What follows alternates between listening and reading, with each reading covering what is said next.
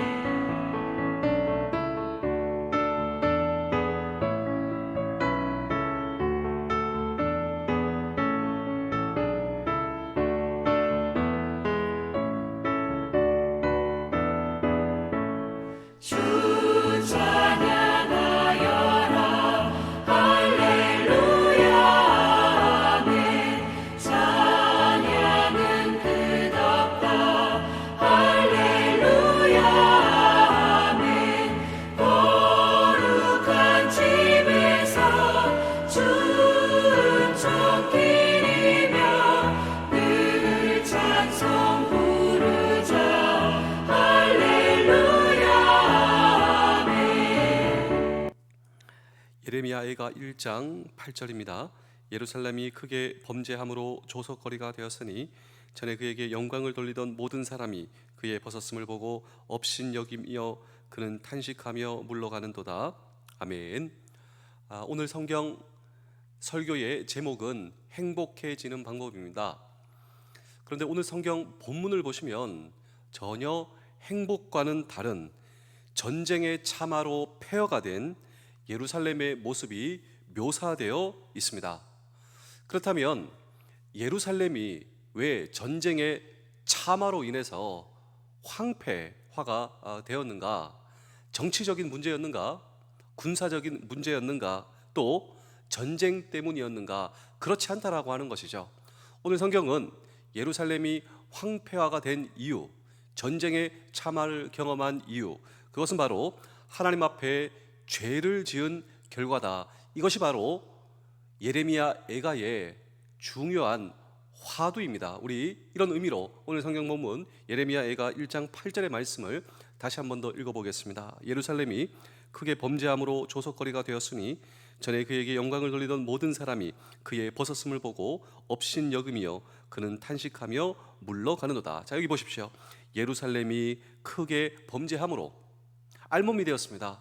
그래서 부끄러워서 몸을 가리고 있습니다. 그런데 그 수치가 가리워지지 않듯 이런 하나님의 범죄함으로 전쟁의 참화를 경험하며 모든 것이 황폐화가 된 이 예루살렘을 보고 예레미야 선지자가 탄식하며 오열하고 있는 것입니다. 이유가 있습니다. 사실 이 예레미야 선지자는 이런 비극을 경험하게 될 것이라고, 우리가 하나님 앞에 범죄하여 살면 지금 잘 사는 것처럼 보여도 우리가 하나님 앞에 범죄하면 지금 모든 것이 잘 되는 것 같아도 그것이 잘 되는 것이 아니라고, 이러한 비극의 파멸을 막아보려고 애쓴 40년간의 노력으로 선지자가 되어 이 하나님의 선지의 메시지를 전했다라고 하는 것입니다. 하나님 앞에 범죄하면 우리의 마지막은 비극입니다. 파멸입니다. 그런데 이 하나님의 예언의 말씀을 수용하지 않고 듣지 않고 있었던 이 유다와 예루살렘의 백성들, 그래서 자기의 나라 유다를 구하지 못한 예레미야의 슬픈 노래, 이것이 바로 예레미야 애가 예레미야의 슬픈 노래다라고 하는 것입니다. 그렇다면 예레미야 애가는 정말 이 슬픈 노래로 마지막을 맞이하고 있는가?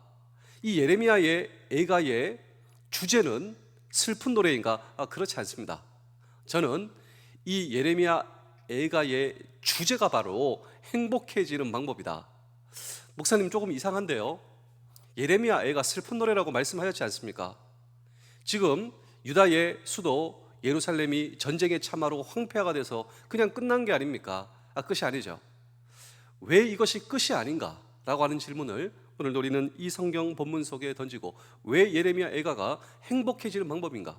또 이것을 통하여서 저와 여러분의 인생도 정말 하나님 앞에 행복해지는 방법이 있는가라고 하는 질문을 오늘 우리는 이 성경 본문 속에 던지고 함께 주의 음성을 들을 때, 첫 번째로 사라져간 옛날의 영화입니다. 예루살렘 모든 번영이 사라졌습니다. 우리 예레미야 애가 1장 1절입니다. 슬프다 이 성이여, 전에는 사람들이 많더니 이제는 어찌 그리 적막하게 앉았는고, 전에는 열국 중에 크던 자가 이제는 과부같이 되었고, 전에는 열방 중에 공주였던 자가 이제는 강제 노동을 하는 자가 되었도다. 예루살렘의 패망과 함께 400년 왕국의 영화와 번영이 사라졌습니다. 그런데 여기서 행복해지는 방법이 있습니다. 그 방법이 무엇인가? 여러분, 진정한 번영이 무엇이라고 생각하시나요? 이 유다의 예루살렘 사람들도 진정한 번영은 외교다, 이렇게 생각하는 사람이 있었습니다. 진정한 번영은 잘 먹고 잘 사는 것이다, 이렇게 생각하는 사람도 있었는데, 예루살렘의 패망과 함께 우리가 왜 이렇게 되었는가? 하나님께 범죄합니다. 예레미야 선지자가 하나님의 말씀을 예언한 그것이 정말 진리였다고. 그래서 그들은 진정한 번영이란 무엇인가? 하나님과의 올바른 관계 속에서 사는 것이다. 이것이 진정한 우리의 삶의 번영이다. 우리 사랑하는 성도 여러분, 장병 여러분, 군가족 여러분, 오늘 저와 여러분들은 어떻게 생각하십니까? 내 삶에서 경험하는 진정한 번영이란, 이런 집을 바꿔보고 차도 바꿔보고 우리의 삶의 여건을 바꿔보는 것이, 또 먹는 수준, 또 입는 수준, 세상 사람들이 생각하는 진정한 번영은 이것이라고 생각합니다. 오늘 저와 여러분들은 어떠신가요? 오늘 이 성경 본문을 통하여 내 삶의 진정한 번영을 통하여 나도 하나님 앞에서 행복해질 수 있다고. 그것이 무엇인가? 하나님과의 올바른 관계 속에서 경험하는 놀라운 행복, 이것이 진정으로 내 삶이 경험할 수 있는 번영이다 라고 하는 사실을 잊지 않는, 그렇습니다. 올바른 하나님과의 관계가 중요하다, 이 사실을 잊지 않는 우리 모두 되실 수 있기를 주의 이름으로 축복합니다. 그런데 유다의 예루살렘 백성들은 하나님과의 올바른 관계가 모든 것이 망가졌습니다. 그래서 이 하나님과의 올바른 관계가 망가진 이 결과가 무엇인가? 그렇습니다. 그것이 바로 패망이요, 그것이 바로 허무요, 그것이 바로 모든 것이 물어 돌아간. 그런데 오늘 저와 여러분들의 삶 속에 하나님과의 올바른 관계, 이것이 가장 우선순위. 하나님과의 올바른 관계를 위해서 제가 오늘도 하나님 앞에 나아갑니다. 하나님 앞에 기도합니다. 말씀 가운데 살아갑니다.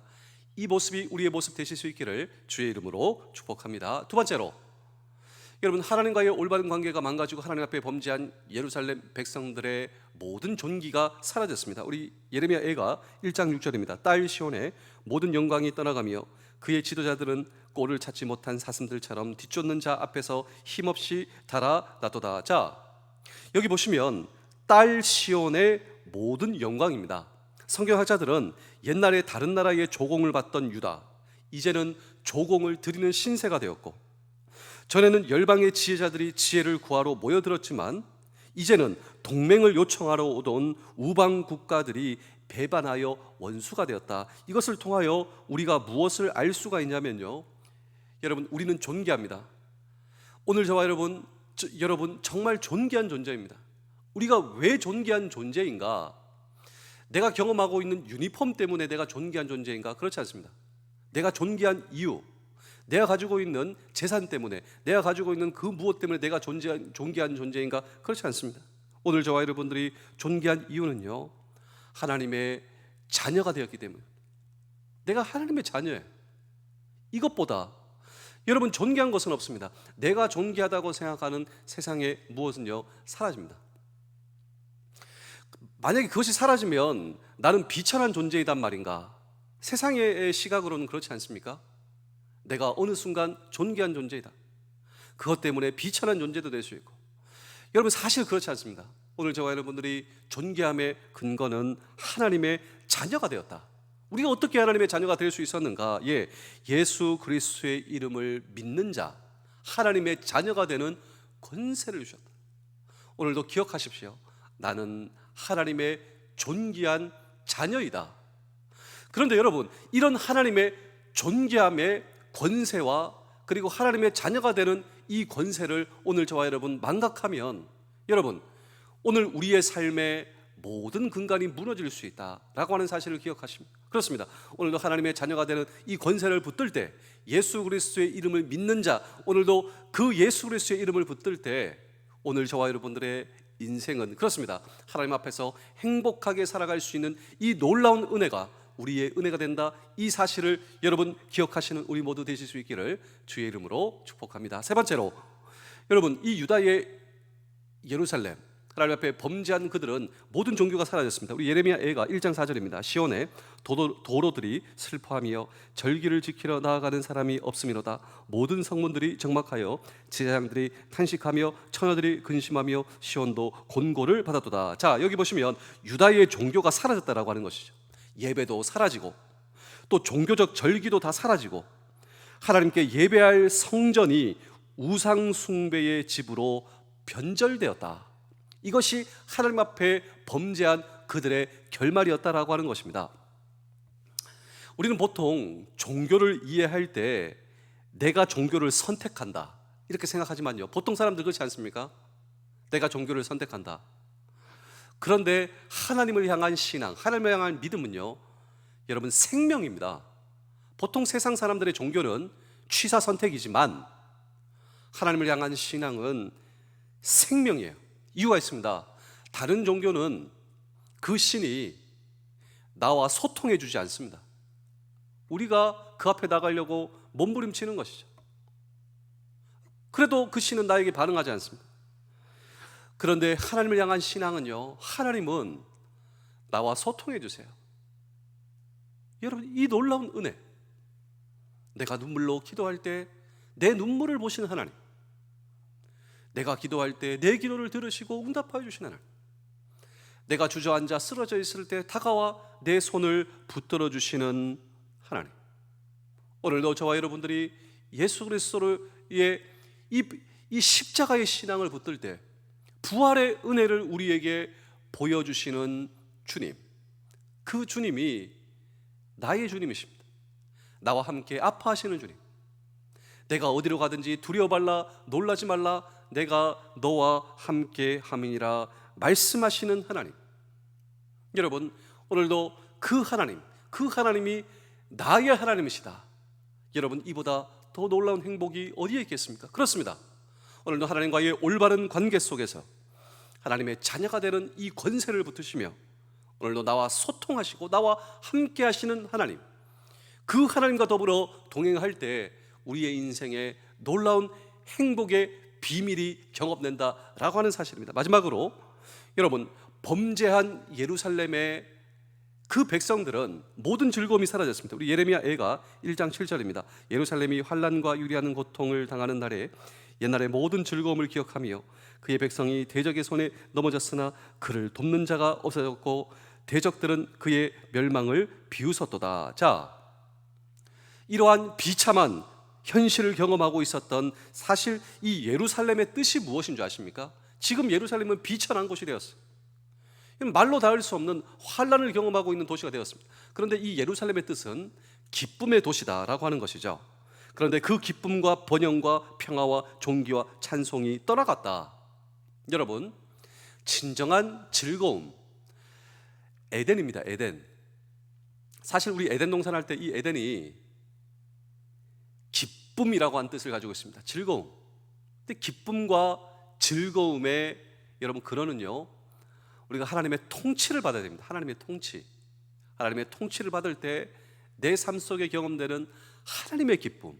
원래 예루살렘이 그 뜻이었다니까요. 하나님의 통치를 받을 때 진정한 우리의 인생의 즐거움과 기쁨.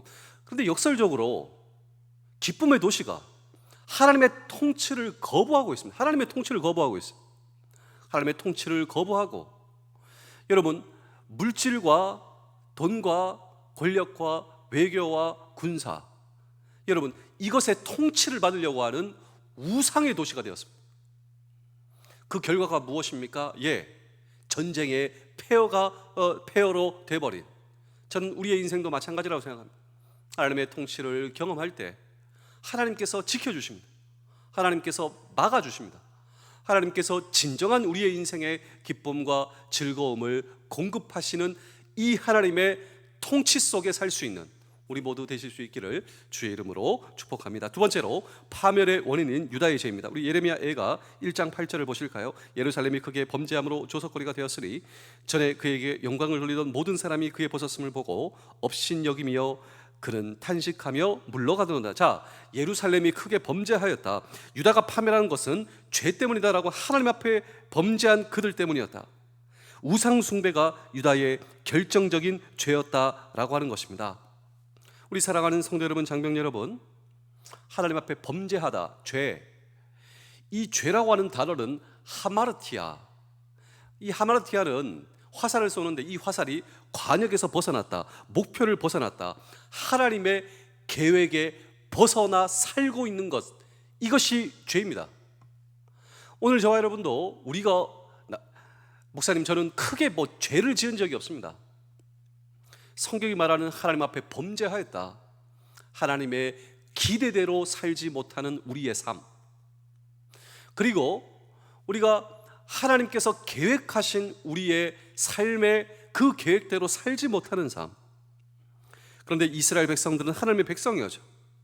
하나님의 기대는 무엇입니까? 하나님이 왕이시고, 그리고 하나님이 왕이신 그들은 하나님의 백성이었다라고 하는 것이죠. 하나님 앞에 순종할 때 그 백성들을 하나님께서 책임져 주신다. 모본으로 그들을 세워 주신 거예요. 그런데 그들은 하나님과 분리되어 있습니다. 하나님과 분리하는 거예요. 하나님을 떠나 사는 것이 행복이라.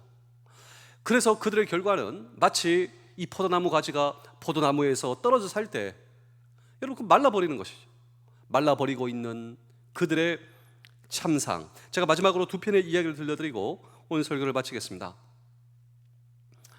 한 부자가 임종을 맞이하고 있었습니다. 그 임종을 맞이하고 있는 부자 앞에 작은 딸이 생각을 하더랍니다. 우리 아버지는 원래 크고 강하였는데 평소와는 달리 우리 아버지가 왜 이럴까? 그토록 무기력하게 침대 위에 누워있는 아버지가 의아했답니다. 그 마지막 임종 직전에 딸이 이야기를 합니다. 아버지 멀리 가실 거예요? 그러자 이 부자는 딸을 바라보며, 물끄러미 바라보며 그렇단다. 이제 아빠는 너를 다시 보지 못해. 너 다시 볼 수 없으니 아빠는 슬프고 두렵다 라고 이 부자 아버지가 딸에게 얘기를 하는 거예요. 근데 딸이 이야기를 합니다. 아빠 멀리 간다고 얘기를 했는데 그곳에 가면 멋진 집과 친구들이 많아요? 이렇게 묻는 겁니다. 아빠가 멀리 간다고 했는데, 이제 나 못 본다고 했는데 멀리 가면 그곳에 좋은 집, 그곳에 친구들이 많아요? 묻는 것입니다. 근데 그 순간 부자는 이런 생각을 했습니다. 무슨 생각을 했냐면, 내가 왜 그렇게 지금까지 어리석은 삶을 살았는가? 왜 나는 아무것도 준비하지 못하는 삶을 살았는가? 우리 사랑하는 성도 여러분, 장병 여러분, 군가족 여러분, 저와 여러분들은 기억하셔야 됩니다. 하나님과의 올바른 관계가 내 인생 속에서 경험하는 진정한 행복이고, 내가 하나님의 자녀로서의 권세를 가졌다, 하나님의 통치를 받는 삶이 내 삶 속에 경험되는 진정한 기쁨이라고. 여러분, 이 기쁨과 이 행복은 절대로 없어지지 않아요. 내가 이 땅에서 가지고 있는 모든 것들 놓고 갈 수밖에 없고 사라질 수밖에 없습니다. 그런데 하나님과의 올바른 관계 속에서 경험되는 하나님과의 기쁨과 즐거움과 행복은 사라지지 않는단 말이죠. 결코 사라지지 않는 것, 우리가 영원히 붙들고 사는 것, 이거 가지고 하나님 앞에 사는 것, 이것이 바로 하나님의 기대대로 사는 삶, 하나님과의 관계, 이것은 절대로 없어지지 않는다라고 하는 것입니다. 그런데 없어져 버릴 것에 목표를 두고 사는 삶, 이 모든 것이 시들어져 버릴 때가 온다. 그래서 하나님께 소망을 두라, 하나님께 소망을 두라. 이 예레미야 선지자가 외치고 있습니다. 하나님께 소망을 두어야 한다. 없어져 버릴 것에 우리의 인생에 목표를 두어서는 안 된다고. 그런데 없어져 버릴 것에 목표를 두는 삶의 결과를 예레미야 애가가 우리에게 이야기를 해주는 거예요. 그러므로 행복하게 사는 비밀이 무엇인가? 진정한 행복을 찾는 비밀이 무엇인가? 하나님과의 관계 속에, 그렇습니다, 하나님의 기대대로 사는 삶. 우리 시편 42편 5절을 보실까요? 내 영혼아, 내가 어찌하여 낙심하며 어찌하여 내 속에서 불안해하는가? 너는 하나님께 소망을 두라. 너는 하나님께 소망을 두라. 불안해하지 말라고, 두려워하지 말라고. 그가 나타나 도우심으로 말미암아 내가 여전히 찬송하리로다. 마지막으로 남아있는 이야기는 이것입니다. 정신과 의사가 말하는 행복해지는 방법이다. 이 글을 제가 보게 되었습니다. 여러분, 정신과 의사가 말하는 행복해지는 방법이란 무엇일까요? 그는 이렇게 얘기를 하는데, 생각입니다. 생각.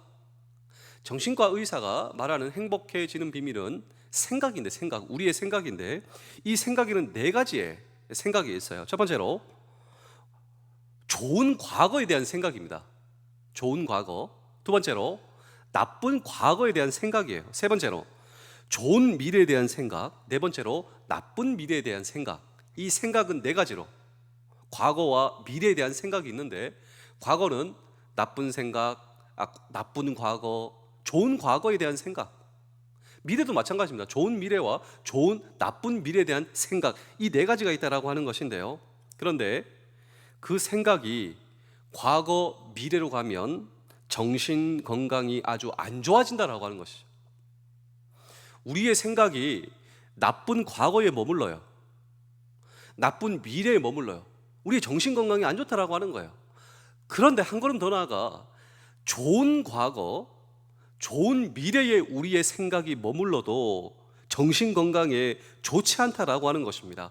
그렇다면 정신 건강에 좋은 것은, 이 정신과 의사들이 뭐라고 얘기하냐면, 이 생각은 일하는 것인데, 일하는 것은 현재를 사는 것이다라고 하는, 우리의 생각이 현재에 머물러야 한다라고 하는 것이죠.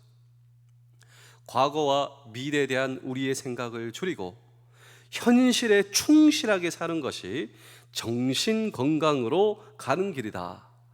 여러분, 우리 모두는 현재를 사는 것입니다. 현재에 있지 못하고 우리의 생각이 과거와 미래에 머물러 있다면, 그곳으로 간다면 인생을 허비하는 것이다라고 하는 것이죠. 결국 생각 자체가 정신 건강에 가장 직결되는 것이다. 여러분, 그들은 그런 얘기를 하고 있습니다. 저는 한 걸음 더 나아가 현재 나를 불러주신 내 삶의 현장에서 하나님과의 관계를 오늘 저와 여러분 점검하는 것입니다. 하나님과의 올바른 관계가 진정한 번영임을 믿습니다. 또 현재 하나님의 자녀가 되는 권세를 나에게 주심을 믿습니다. 지금도 내가 기도할 때 나와 소통하신 하나님, 나와 함께 하신 하나님, 두려워 말라, 놀라지 말라, 내가 지금 너와 함께 함이니라 라고 하는 하나님의 약속의 말씀을 붙들고 지금 내가 하나님의 통치를 경험합니다. 내 인생의 주인은 하나님이십니다. 내 삶의 주인은 예수 그리스도이십니다. 하나님의 통치를 받는 저 여러분들의 삶 가운데 지금 나에게 내려놓으시는 하늘의 만나, 하늘의 즐거움과 하나님의 기쁨이 남은 평생 저와 여러분들을 행복하게 하는 이 하나님의 놀라운 행복의 비밀이 우리 모두의 행복의 비밀 되실 수 있기를 주의 이름으로 축복합니다. 기도하겠습니다.